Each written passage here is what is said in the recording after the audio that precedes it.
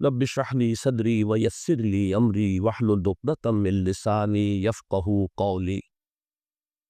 اللهم ربنا الهمنا رشدنا واعذنا من شرور انفسنا.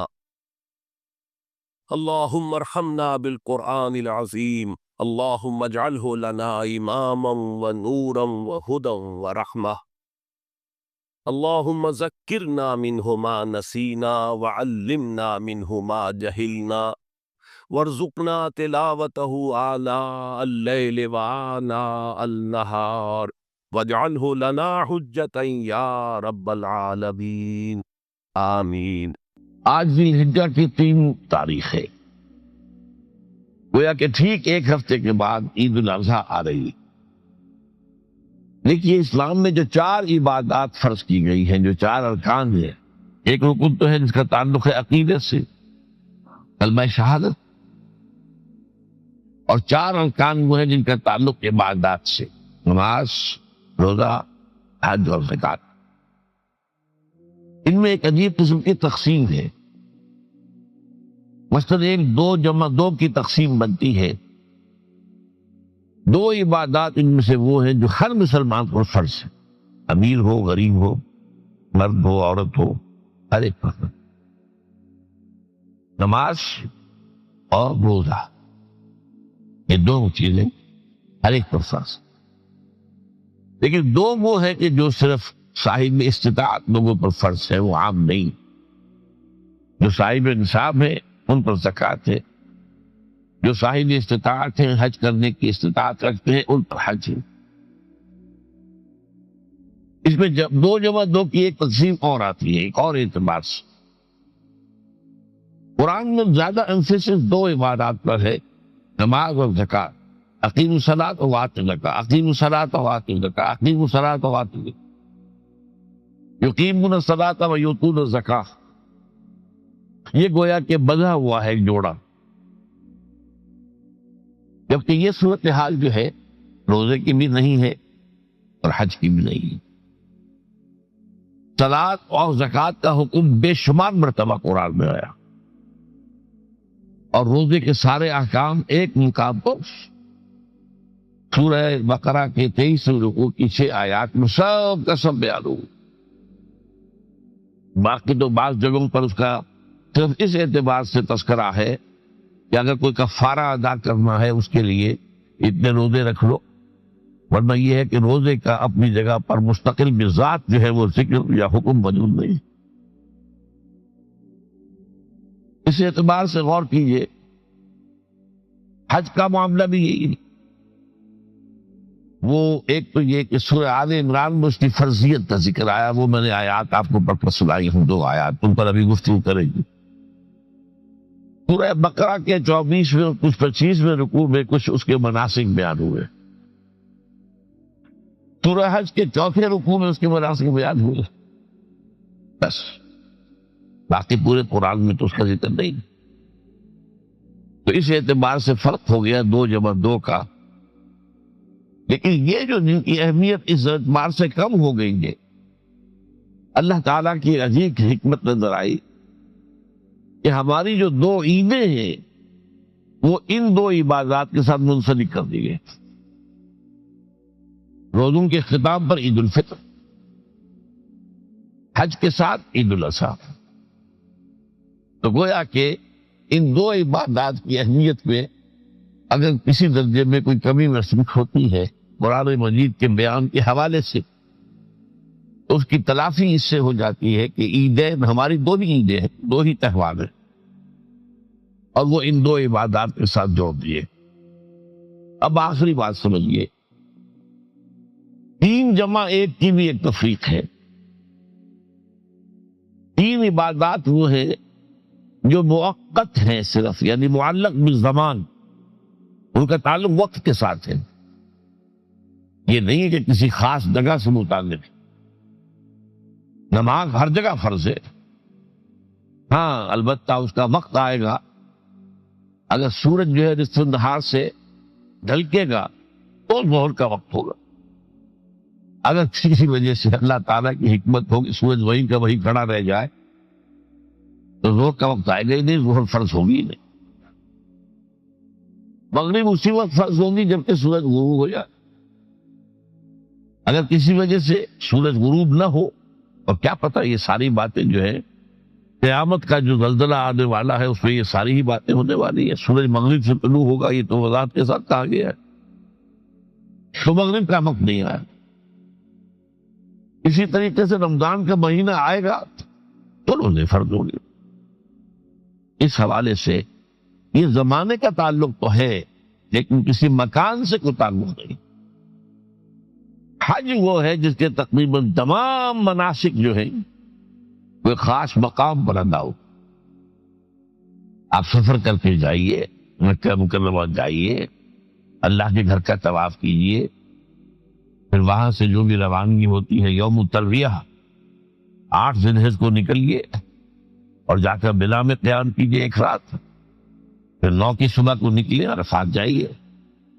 عرفات میں شام تک قیام رہے گا، لیکن مغرب کی نماز کے وقت کے بعد وہاں سے نکلیں گے، مغرب وہاں پڑھیں گے نہیں، وہ جا کر مزدلفہ میں پڑھی جائے گی عشاء کے ساتھ ملا چاہے کتنی دیر ہو جائے. پر یہ ساری چیزیں ایک خاص مقام کے ساتھ ہیں، منسلک ہیں، ہر جگہ پر یہ ادا نہیں ہو سکتی. اب اس میں دیکھیے حکمت نظر آ رہی ہے، کیونکہ حج جو ہے ایک خاص جگہ پر ایک خاص مقام سے وابستہ ہے. اس کے ساتھ جو عید الاضحیٰ وابستہ کی گئی ہے یہ گویا کہ حج ہی کے ایک رکن کو پھیلا دیا گیا ہے. قربانی جو مناسک حج میں بڑی اہمیت کی حامل ہے اسے عام کر دیا گیا. تم مدینے مکے تو نہیں پہنچ سکے ہو لیکن یہاں پر قربانی کے اندر تو شریک ہو جاؤ. اور بعض مشابہتیں اور بتائی گئی ہیں کہ ذی الحجہ کا چاند طلوع ہو جائے تو اس کے بعد حجامت نہ کراؤ، ناخن نہ کاٹو. وہ جو کچھ بھی آپ کو معلوم ہے احرام کی کچھ پابندیاں ہوتی ہیں، ایک مشابہت اسی درجے میں ٹھیک ہے ہم وہاں نہیں ہے لیکن ان کے ساتھ ایک مشابہت پیدا ہو رہی ہے. تو قربانی در حقیقت جو ہے عید الاضحیٰ وہ گویا کہ ایکسٹینشن ہے حج کی، کہ تمام عالم اسلام کے اندر جو ہے تمام مسلمان جہاں بھی کہیں ہیں وہ حج کے اس ایک منسک کے اندر شریک ہو جائیں. تو یہ میں نے چند باتیں تمہیداً عرض کی ہیں ان عبادات اربعہ کے بارے میں، ان کی جو ریلیٹیو حیثیت ہے ہمارے دین میں. اب آئیے حج کا معاملہ کیا ہے، وہ پورا ایک خاص علاقے سے متعلق ہے اور ایک خاص شخصیت سے متعلق ہے. یہ بھی نوٹ کر لی. چنانچہ جو آیات میں نے آپ کو سنائی حج کے بارے میں، ان اول بیت وضع للناس للذی بمکہ مبارکا وہدی للعالمین، یقیناً پہلا گھر جو بنایا گیا لوگوں کے لیے یعنی اللہ کی عبادت کے لیے کہ لوگ وہاں جمع ہوں اللہ کی عبادت کے لیے، وہ ہے جو مکہ میں ہے. مکہ اور مکہ یہ ایک ہی لفظ ہے. تورات میں مکہ کا لفظ آیا ہے، قرآن مجید میں مکہ. یہ تھوڑا فرق جو ہے یہ تلفظ کا ہو جایا کرتا ہے مختلف زبانوں کے اندر. جیسا کہ آپ کو معلوم ہوگا کہ آج کل جو عرب کے لوگ ہیں وہ قاف کو گاف پڑھتے ہیں، گل گم، قم کی بجائے قم کی بجائے گم، قل کی بجائے گل، اقول لک اقول لک، وہ گاف.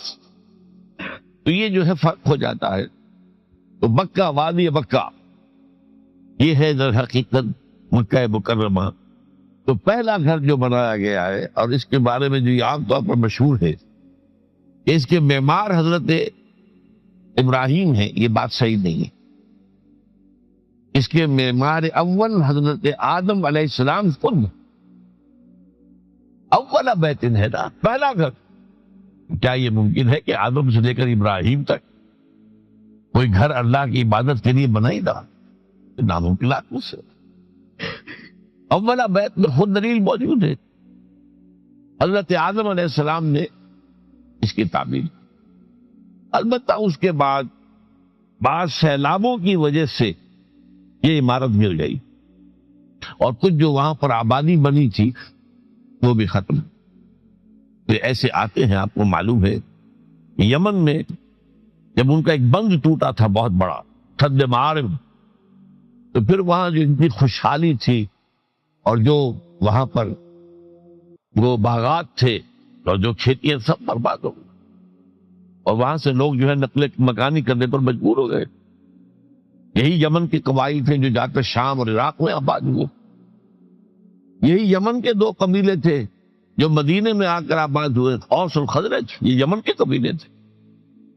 اس بند کے ٹوٹنے کے بعد اگر خدا نہ خواستہ اگر ہمارا تربیلا ڈیم ٹوٹ جائے کیا ہوگا؟ پچھلے دنوں خبریں آئی ہیں اخبارات میں کہ ہندوستان میں غور ہو رہا ہے اس پر کہ تربیلا ڈیم کو اڑا دو۔ وہ سوچتے ہیں پاکستان کو ختم کرنے کی سبیل کیا ہو سکتی ہے، تو بڑی سمپل ہے اور بڑا آسان کام، بمبارڈمنٹ کر دینا جو ہے۔ ٹھیک ہے، ان کا جہاز آئے، کچھ کو ہم گرا بھی لیں گے، کچھ تو آتا جو ہے وہاں پر وہ اپنے بم جو ہے وہ ہدف کے اوپر گرا جائیں گے، کیا ہوگا؟ یوں سمجھیے کہ جو سونامی کا آیا تھا سیلاب، وہ سونامی کا سیلاب آئے گا بھارت پاکستان کو، اور ہر چیز تباہ و برباد ہو۔ کم سے کم یوں سمجھیے کہ تقریباً 100 میل کی چوڑائی میں، اور یہ سب جو ہے ریگستان بن جائے گا، ہر چیز ختم ہو جائے گی، خدا نہ خواستہ۔ دوبارہ سد معارف کے بعد یہ صورتحال واقع ہوئی تھی، تو اس کے بعد سے یہ جو ہے یہ اللہ کا گھر یہ جو ہے گرا ہوا تھا۔ اس کی کوئی اب صرف یہ کہ قواعد رہ گئے تھے، قواعد کہتے ہیں جو بنیادیں ہوتی ہیں، وہ پھر اللہ تعالیٰ نے حضرت ابراہیم کو بتائی کہ یہ ہیں وہ بنیادیں جن پر کہ وہ گھر ہوتا تھا۔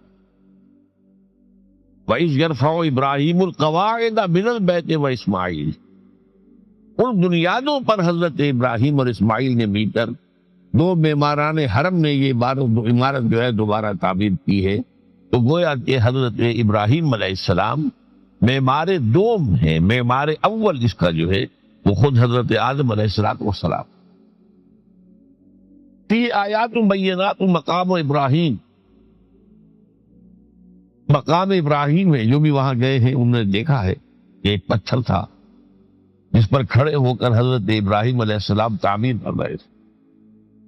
اب آج تو آپ کو معلوم اسکیفولڈنگ لگ جاتی ہے، بانس لگ گئے، یا آج کل تو جو ہے پائپ جو ہے لوہے کے اس سے لگا کر جیسے جیسے عبادت اٹھتی جا رہی ہے اسی طریقے سے اس کے ساتھ جو ہے وہ چل رہے ہیں اور ان کے اوپر کھڑے ہو کر تعمیر ہو رہی ہے۔ اس وقت کچھ نہیں تھا، تو ایک پتھر ایسا تھا کہ جو خود بخود اٹھتا تھا اللہ تعالیٰ کے اٹھانے سے، یا یوں کہیے کہ ملائکہ کے اٹھانے سے، اور اسی پر حضرت ابراہیم کھڑے ہو کر وہ پتھروں کے اوپر پتھر رکھتے جا رہے تھے، اور اس کی وجہ سے اس پتھر کے اوپر اتنی دیر کھڑے رہنا ہوا ہوگا حضرت ابراہیم علیہ السلام کا کہ اس پر ان کے پاؤں کے نشان بن، وہ ہے مقام ابراہیم، جو آپ نے دیکھا ہوگا کہ وہاں ایک بہت خوبصورت قسم کا ایک پنجرا سا بنا ہوا ہے اور اس کے اندر وہ مقام ابراہیم ہے۔ اور جب بھی طواف کرتے ہیں تو طواف کے بعد 2 رکعتیں جو ہے وہ پڑھی جاتی ہے ابراہیم، مقام ابراہیم کے پیچھے، جتنا بھی قریب تر ہو کر پڑھا جا سکے، لیکن بہرحال رخ ہونا ہے۔ فی آیات بینات مقام ابراہیم ومن دخلہ کان آمنا، تو ایک تو یہ کہ وہ نشانیاں ہیں، وہ اللہ تعالیٰ جن لوگوں کی کہ دل کی آنکھ کھلی ہو، روحانی آنکھیں کھلی ہو، ان کو دکھاتا ہے، اور ایک وہ ہے کہ جو ہماری ان سامنے کی ظاہری آنکھوں کو بھی نظر آتی۔ یہ نوٹ کر دیجئے کہ یہ مقام امن کا گہوارہ رہا۔ عرب میں لوٹ مار، قتل، غارت، قتل کے بدلے میں قتل، پھر قتل کے جواب میں قتل، لیکن اس وقت بدترین دور میں بھی عربوں کا معاملہ یہ تھا کہ کوئی شخص فرض کیجئے کہ وہ کئی مہینے سے اپنے باپ کے قاتل کو ڈھونڈ رہا ہے تاکہ قصاص لے سکے، بدلہ لے سکے، قتل کر سکے، مجھے کہیں نظر نہیں آ رہا، اچانک حرم میں نظر آ جاتا ہے، وہاں وہ نقصان نہیں پہنچائے گا اسے۔ یہ امن ہے، اللہ تعالیٰ نے اسے امن کی جگہ بنایا ہے، بلد الامین کہا گیا ہے، امن والا شہر۔ یہ جو ہے یہ تو آج تک بھی اس کی جو برکت ہے وہ نظر آتی ہے. وَمَن دَخَلَهُ كَانَ آمِنًا وَلِلَّهِ عَلَى النَّاسِ حِجُّ الْبَيْتِ مَنِ اسْتَطَاعَ إِلَيْهِ سَبِيلًا. اور اللہ کا حق ہے اپنے بندوں پر کہ وہ حج کریں اس کے اس گھر کا جو کوئی بھی استطاعت رکھتا ہو سفر کی. اگر زیادہ راہ ہے، خرچہ ہے، جانے آنے کے خراجات مہیا ہیں، اور یہ کہ آپ پیچھے جن کو چھوڑ کر جا رہے ہیں ان کے لیے بھی اتنے وقت کا جو ہے وہ انتظام ہے کھانے پینے کا، گزارے کا، نان نفنے کا، تو آپ پر حج فرض ہو گئے. اب اگر اس فرضیت کے بعد کوئی شخص تاخیر کرتا ہے تو بڑے گناہ میں مبتلا ہے. جیسے ہی فرضیت ہو جائے، پہلا کام جو ہے، پہلا قرض جو ہے، یوں سمجھیے یہ اللہ کا قرض ہے بندوں پر. یہ لام جو آتا ہے، لام اور اعلیٰ، لام کسی کے حق کے لیے، اعلیٰ کسی کے اوپر حق ہونا.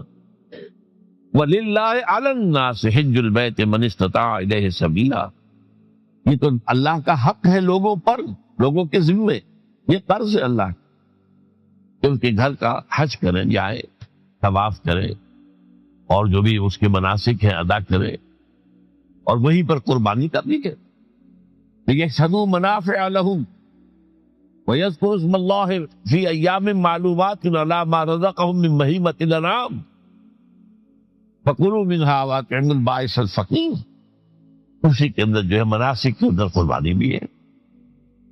افریقہ میں آپ کو معلوم ہے، شمالی افریقہ میں زیادہ تر لوگ جو ہیں جیسے کہ ہندوستان پاکستان میں ویسے ہیں، لیکن آپ جنوب میں چلتے جائیے تو رنگ گہرا ہوتا چلا جائے گا. انتہائی سیاہ رنگ بھی ہے، سب آ رہے ہیں، شکلیں جدا ہیں، زبانیں جدا ہیں، لیکن سب کے سب جو ہے ایک ہی نغمہ ان کی زبان پر ہے، ایک ہی نغمہ، کہیں واضح کہیں مبہم. وہ ایک مذہب، لبیک اللہم لبیک لبیک لا شریک لک لبیک ان الحمد والنعمت لک والملک لا شریک لک. اب یہ ترانہ ہے، توحید کا ترانہ ہے، اور گونج رہی ہے اس وقت. آپ اندازہ نہیں کر سکتے کہ وہ پوری سرزمین گونج رہی ہوگی اس ترانے کے ساتھ. تھوڑی تھوڑی دیر کے بعد نئے قافلے داخل ہو رہے ہیں. ابھی ایک قافلہ جو ہے اس نے سعی مکمل کی ہے، شامل ہو گیا، بلکہ اس کے دوران ہی ابھی اس کا ختم نہیں ہوا کہ تیسرا قافلہ چلا رہا ہے. وہ تو یہاں تو ظاہر بات ہے کہ میں نے چونکہ ایک نقشہ اپنی نگاہوں سے دیکھا ہے، مدینہ منورہ سے اور مکہ مکرمہ جاتے ہوئے رات کے وقت، کہ کہیں جو ہے وہ روشنیوں کی وہ قطار ٹوٹتی ہی نہیں تھی. مسلسل معلوم ہوتا ہے کہ سڑک کے اوپر گاڑی کی مسلسل، کہیں اس کے اندر وقفہ ہی نہیں. اتنے بڑے پیمانے پر، اتنے بڑے پیمانے پر، اتنے بڑے پیمانے پر لوگ جمع ہوئے. زبانیں جدا ہیں، ایک دوسرے کی زبان نہیں سمجھتے، لیکن ایک زبان اور بھی ہوتی ہے جو بغیر بولے سمجھ میں آتی ہے. اس سے معلوم ہوتا ہے سب کے لیے محبت ہے، ہمارے بھائی ہیں تمام مسلمان. بعض کے اندر یہ محبت کا جذبہ زیادہ ہے. ترکوں میں انڈو پاکستان کے لوگوں کے لیے بہت محبت. اب وہ بات جو نہیں کر سکتے، سمجھا نہیں سکتے، لیکن ان کی آنکھوں سے، ان کے انداز سے وہ محبت ٹپکی پڑ.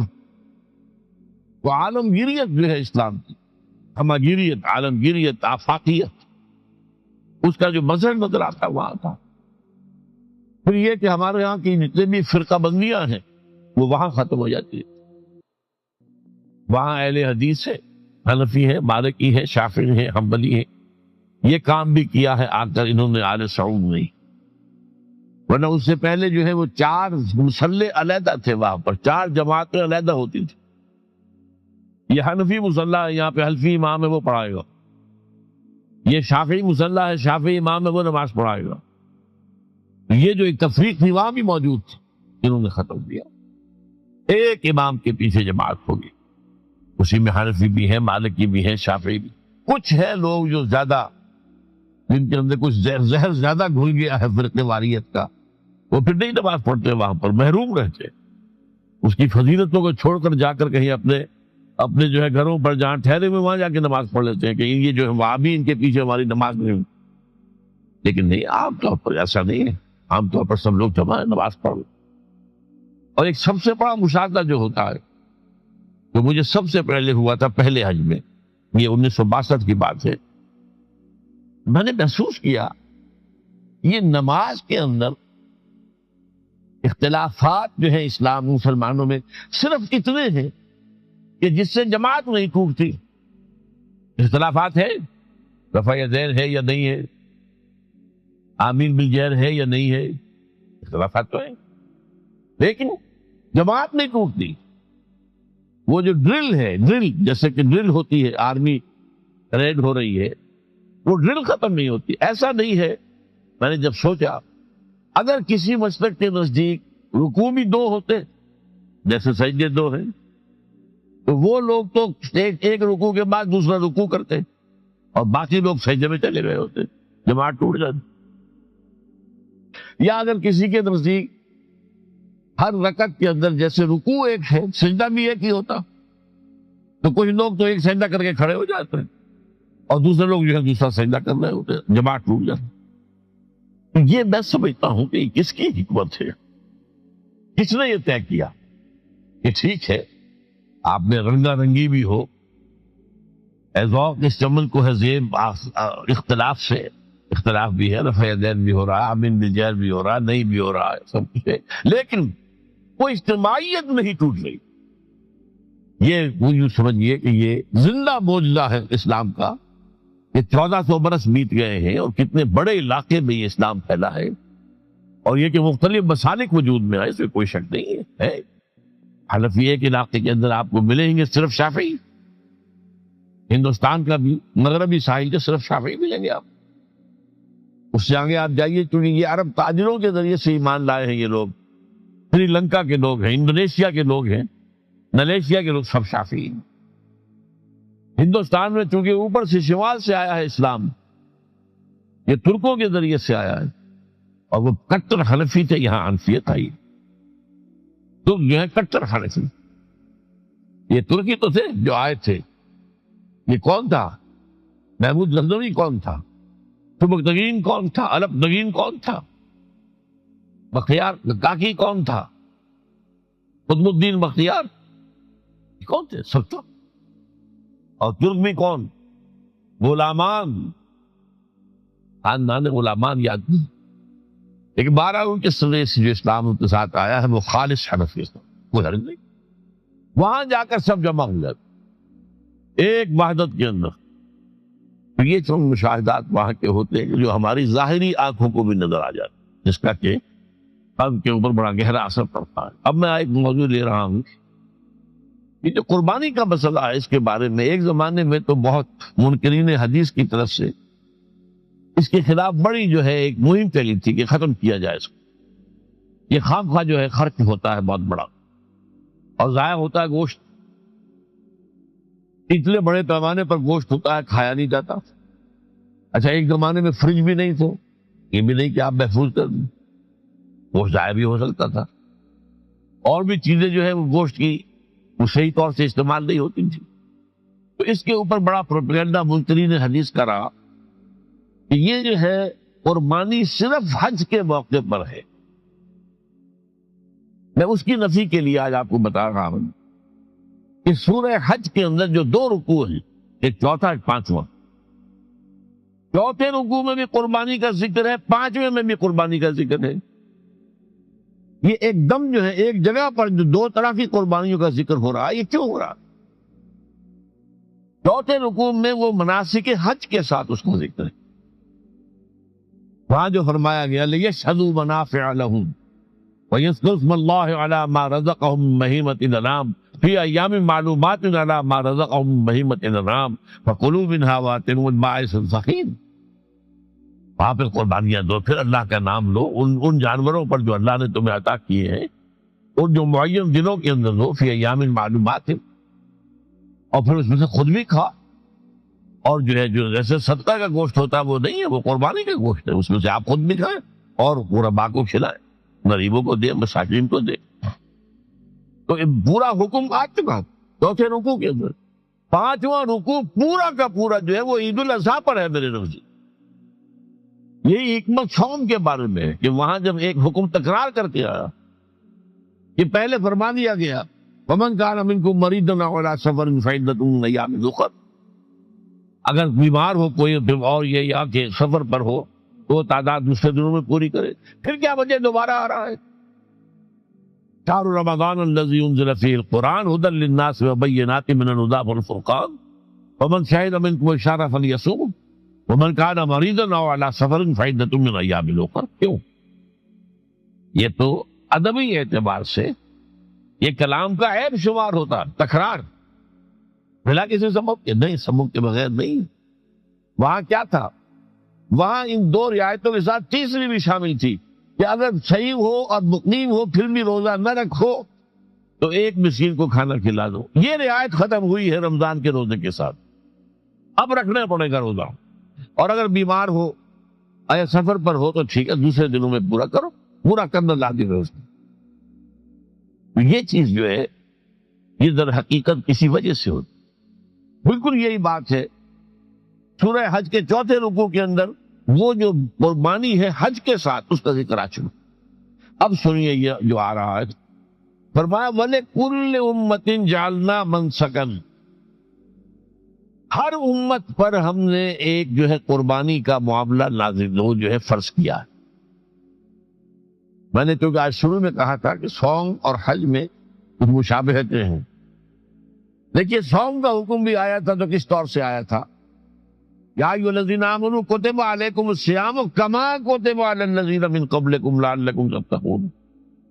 اہل ایمان تم پر روزہ رکھنا فرض کیا گیا جیسے کہ فرض کیا گیا تھا ان پر جو تم سے پہلے تھے. یہاں پر اسی حوالے سے بات ہو رہی ہے. اے مسلمانوں، یہ قربانی صرف تم پر فرض نہیں کی جا رہی، یہ تو ہر امت پر، ہر نبی ہر رسول کی امت. وَلِكُلِّ أُمَّةٍ جَعَلْنَا مَنْسَكًا لِيَذْكُرُوا اسْمَ اللَّهِ عَلَيْهَا، تاکہ وہ نام لیں اللہ کا، عَلَىٰ مَا رَزَقَهُم مِّن بَهِیمَةِ الْأَنْعَامِ، جو کہ اللہ تعالیٰ نے انہیں رزق دیا ہے. یہ چوپائے جو ہے حیوانات قسم کے، ان پر اللہ کا نام لے کر چھری پھیری جائے، اللہ کے نام سے ان کو ذبح کیا جائے. فَإِلَٰهُكُمْ إِلَٰهٌ وَاحِدٌ فَلَهُ أَسْلِمُوا. یہ جان لو کہ اس قربانی کی اصل روح کیا ہے؟ وہ یہ ہے کہ اللہ تمہارا ایک الہ ہے، اسی کے سامنے تمہیں سر جھکانا ہے. یہ روح تقوی اگر نہیں ہوگی تو یہ قربانی بے معنی ہو جائے گی. نماز و روزہ و قربانی و حج یہ سب فرض بن جائے گی. اب یہ بھی ہوتا ہے 20-20 25-25 ہزار کے بکرے جو ہیں وہ لوگ لیتے ہیں، پھر ان کو گھماتے ہیں پھراتے ہیں، ان کے اوپر ریشمی چادریں چڑھاتے ہیں، جو ہے وہ مہندی لگا کر. بہرحال وہ چیزیں جو ہیں یہ اظہار اس طرح کا یہ تو پسندیدہ نہیں ہے. یہ تو لوگوں کو دکھانے کی بات ہے اور اپنے پیسے کی جو ہے اپنی دولت کے اظہار کا ایک ذریعہ ہے. لیکن یہ کہ بہرحال قربانی انسان کرے اور یہ کہ اس کے اندر روح جو ہے تقوی کی وہ موجود ہوگی. فَإِلَٰهُكُمْ إِلَٰهٌ وَاحِدٌ فَلَهُ أَسْلِمُوا وَبَشِّرِ الْمُخْبِتِينَ. اور اے نبی ان لوگوں کو بشارت دے دیجئے کہ جو اللہ کے سامنے جھکے رہتے ہیں، خشوع اور خضوع کی شکل اختیار کر. الذین اذا ذکر اللہ وجلت